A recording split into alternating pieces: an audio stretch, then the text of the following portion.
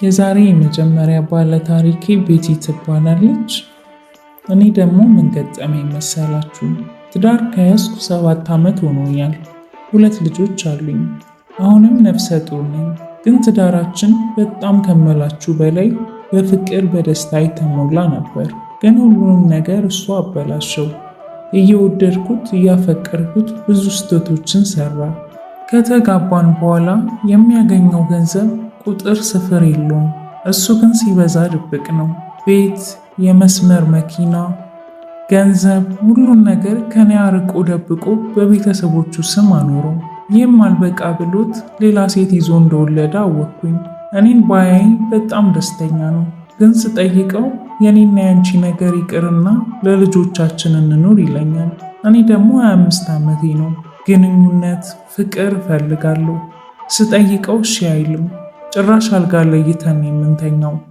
3ኛ እርግዝናዬም በልመና በተደረገ ግንኙነት በስህተት ነው ያረገዝኩት። አሁን 7 ወሬ ነው። መፍታት እፈልጋለሁ። ግን ከልጆቼ ሀብት ንብረቱን አርቆታል። እኔ ደግሞ በኢኮኖሚ ራሴን አልቻልኩም። ግን ደግሞ 2ኛ ሚስት መሆን አልፈልግም። በእናታችሁ ከልባችሁ ምከሩኝ። ከተሳሳትኩ ይቅር በሉኝ። 2ኛዋ ባለታሪኬ በትዳር ውስጥ ባለቤቴ በጣም ያማርራል ስትል ነበር የጻፈችልኝ። ቤተልሔም ትባላለች። ታሪኳን እንደሚከተለው አቀርብላችኋለሁ። ሰላም፣ እንዴት ናችሁ? እኔን እንዴት ነሽ ብትሉኝ መልሴ ደህና ልሁን አሉን አለማወቅ እስከ መድረስ ነው። እናማ እስኪ ወደ ጉዳዩ ልግባ። እባካችሁ የምትችሉትንና እኔ በሆንስ ብላችሁ ሀሳብ ስጡኝ። ያው እንግዲህ ነገሩን ለማሳጠር ያክል ነገሩ እንዲህ ነው። እኔና ባለቤቴ በጥሩ ሁኔታ ነበር ስንኖር የነበረው። ግን ከወለድኩ ከ10 ወር በኋላ አለመግባባቱ ተፈጠረ።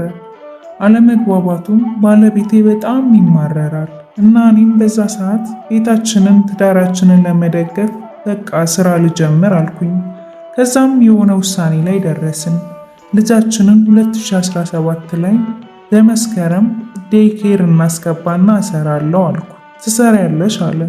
ከዛም ጉዳዩ ወደ ቤተሰብ አመራ መሰለኝና በድንገት ያጎቴ ልጅ አለች ብለዋል ሲለኝ እሱ የራሷን ቢሆንስ ብሎ ያስባል ብዬ በማሰብ ሀሳቡ ቢከብደኝም እሺ አልኩ።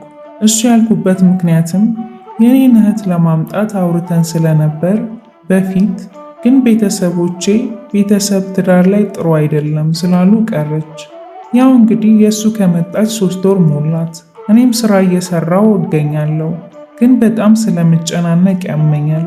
እሱን ላለማስከፋት ብዙ ሳልናገራት አልፋለሁ። ውስኑን ስናገራት እሱ ይከፋዋል። ምንም አልግባባ ለማለት ላይ ደረስን። እኔም ደከመኝ። ስራውዬ ቤት ደግሞ ከልብስ ማጠብ ጀምሮ የሚቀረኝ የለም። ራሴ ሰራለሁ እና በዚህ ጉዳይ ትዳሬ ሊበላሽ ነው። ምን ላድርግ? እባካችሁ ይቅርታ ስላበዛው። 3ኛዋ ባለታሪኬ ማኪ ትባላለች። ጥሩ ትዳር እፈልጋለሁ። በተክሊል ማግባት እፈልጋለሁ።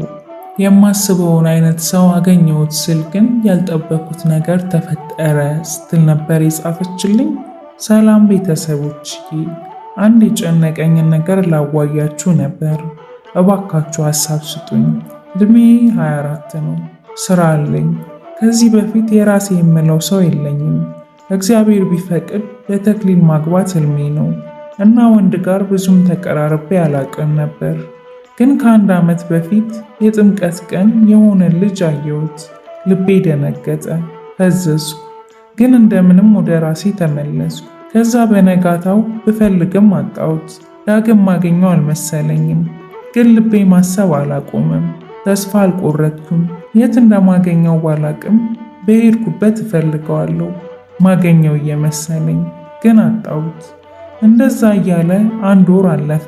ተስፋ ቆረጥ። ስራ ተቀጠርኩ። አርብ ነበርና ሰኞ ነይ ተባልኩ።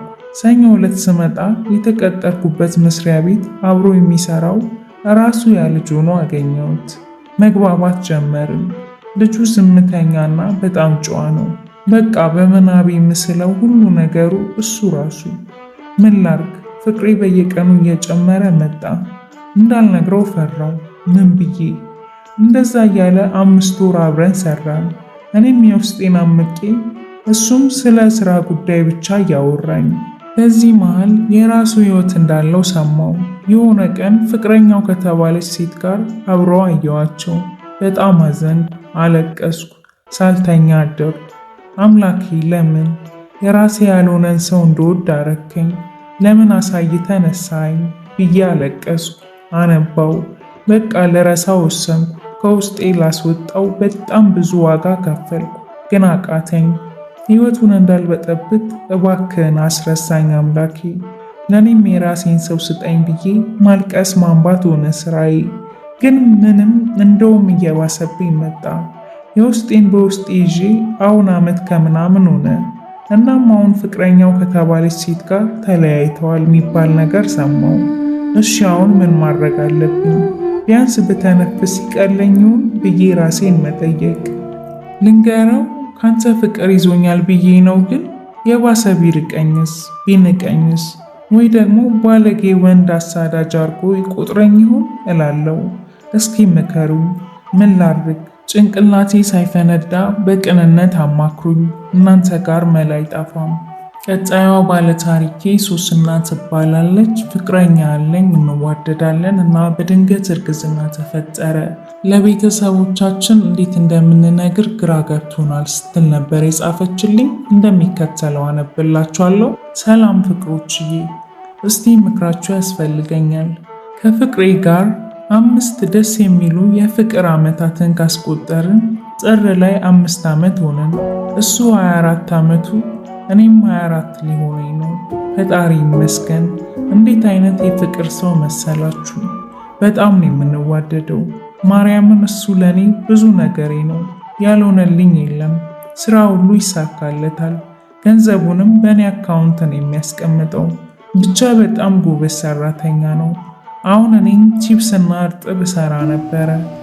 እሱ አግዞኝ ከአስፓልት ዳር ተነስቼ ቁርስ ቤት ተከራይቼ እርጥብ፣ ቺፕስ፣ እርጎ፣ ወተት አድርጌ ነገ ልጀምር ነው። ፈጣሪ ይመስገን። 2017 ሲገባም ወደ ትዳር እንደምንገባ ወስነን ነበረ።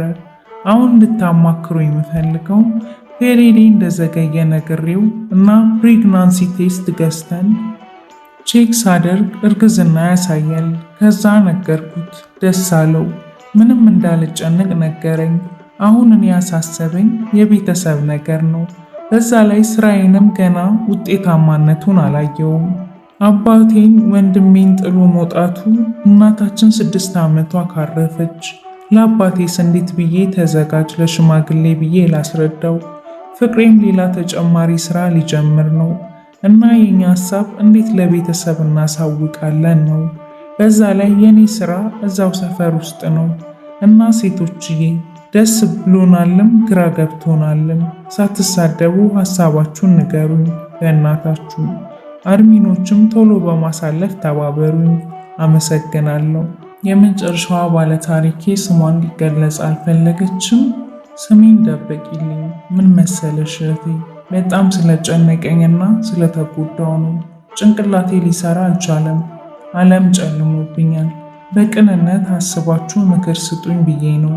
በጣም የሚወደኝና እንደሚወደኝ ስለሚነግረኝ ያመንኩት። እኔም በጣም የሚወደው ፍቅረኛ ነበረኝ። በጣም ይንከባከበኛል። የማይሆንልኝ የለም። እናም አምነው ነበር። በእሱ እርግጠኛ ነበርኩ። እናም አጋጣሚ በተፈጠረ ስህተት አረገዝኩ። ማርገዜን ሲያቅ ሸሸኝ። አስወጪ፣ ካላስወጣሽ ከሀገር እጠፋለሁ፣ አታዋርጅኝም። ሳንጋባ ብቻ ብዙ ነገር አለኝ። በሰው ፊት ጨዋ ለመምሰል ጎዳኝ።